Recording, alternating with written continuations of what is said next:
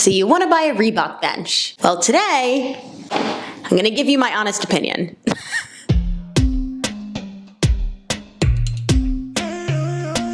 All right, so I know that I've already talked about benches in a previous video of mine, but I also mentioned that that bench was a little too high for me to do certain exercises. So fast forward, I casually mentioned this specific bench to my husband, and he then bought it for me for my birthday. You can see it's a lot lower than the other bench that I have access to. It also is adjustable. So today we're gonna go through this bench. I'm gonna give you a full review, the pros, the cons, and then my favorite ways to use it in my at-home workouts. So let's break this puppy down.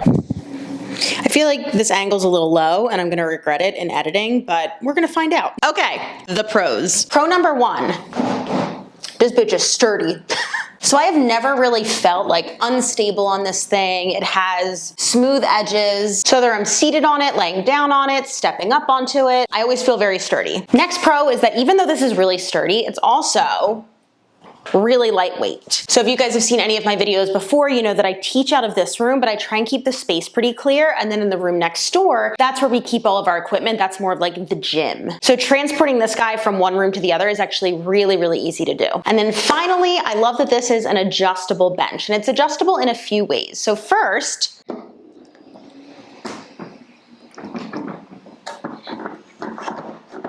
there we go. You can adjust the back. This would be really good for like a seated overhead press. You can also bring it down into a little bit more of an incline or even more. So this would be good for like a chest supported row, and then the incline above that would be really good for like an incline chest press. Now, those are the pros. Let's talk the cons. Like I said, it is adjustable. It is a little, I don't want to say hard to adjust, but you got to be careful of your fingers, specifically when you're adjusting it down. So I will say I got my thumb stuck in this bad boy the first time I was ever adjusting the legs. So I would just say be careful as you're going through the adjustments, especially with the legs, but this is another like pro/con. Now another con is while it does have storage, it's honestly not that much. There's directions in here still, great. So the storage is pretty shallow. Like I don't even think I could fit my 10-pound dumbbells in here. So the only thing you can really fit in here would be like some bands, maybe a set of 3s. So even though this is advertised as like having a good chunk of storage, it really doesn't. Then finally, the last con is kind of silly, but it's not that cute.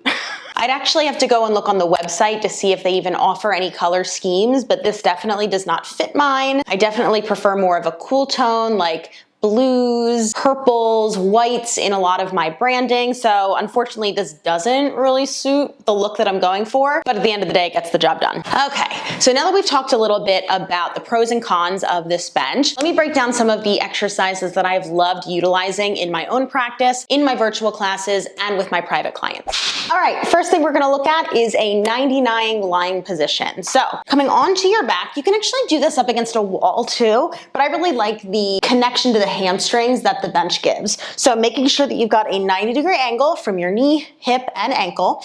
And first thing we're gonna do is tuck the hips under, press the low back down. Arms can just rest into the floor. So in this position, we should already feel a little bit of core activation. If you don't, I want you to take a big inhale. On your exhale, press your low back down into the mat. Try and get all of the air out of your lungs. Keep that core tension. We'll do it one more time. Inhale. Exhale.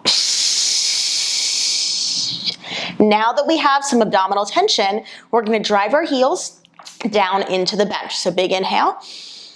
Exhale, drive your heels down. You should feel some hamstring connection. One more time. Inhale.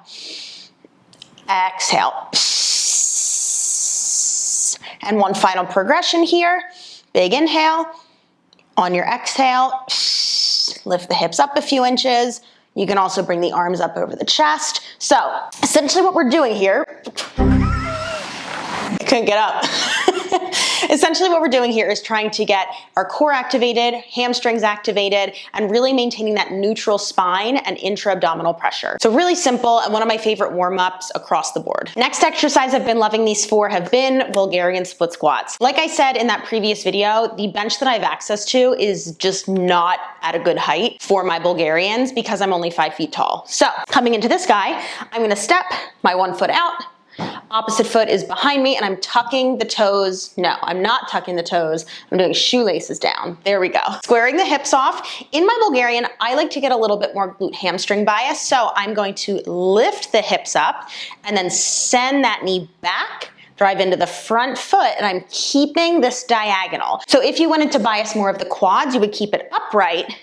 And now I'm using more of my knee extension to come up rather than getting the hips back, hip extension to come up. So that's a really cool thing about kind of any exercise. Based on the angle of the movement, you can bias different muscle groups.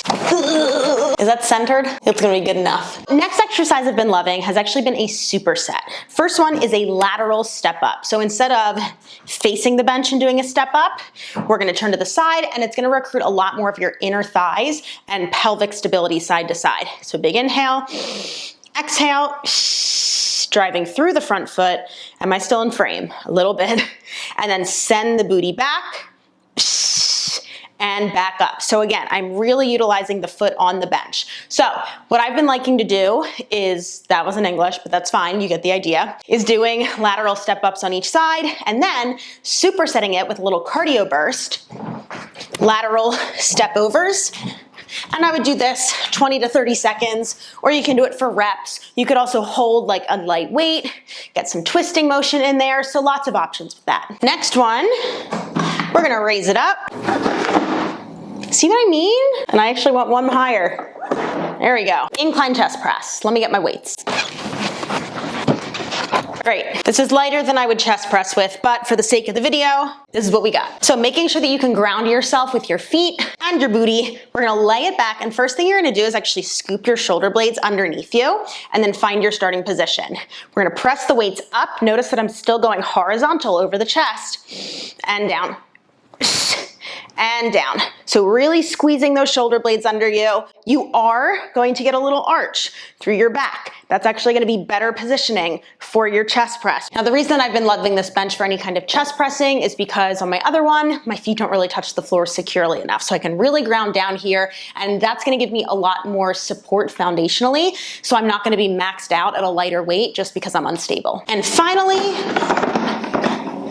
we're gonna not get our fingy smushed, and we're gonna come down into a front foot elevated reverse lunge. So this is actually one of my favorite exercises. I would say it's more quad dominant, which I don't really need that much more of, but you do still get a lot of glute and hamstring activation. And then simply one leg at a time, we're gonna step back, big inhale, exhale up. It's not necessary to give that little kiss of the knee on the ground, especially if you don't have that hip mobility in flexion. So you simply want to work with whatever range of motion you have access to. So hopefully if you've been thinking of investing in a bench, this has kind of given you like some pros and cons. If you have any specific questions about the REEBOK bench or benches in general, definitely let me know down in the comments below. Hit that subscribe button so you don't miss out, and I will see you all in the next one.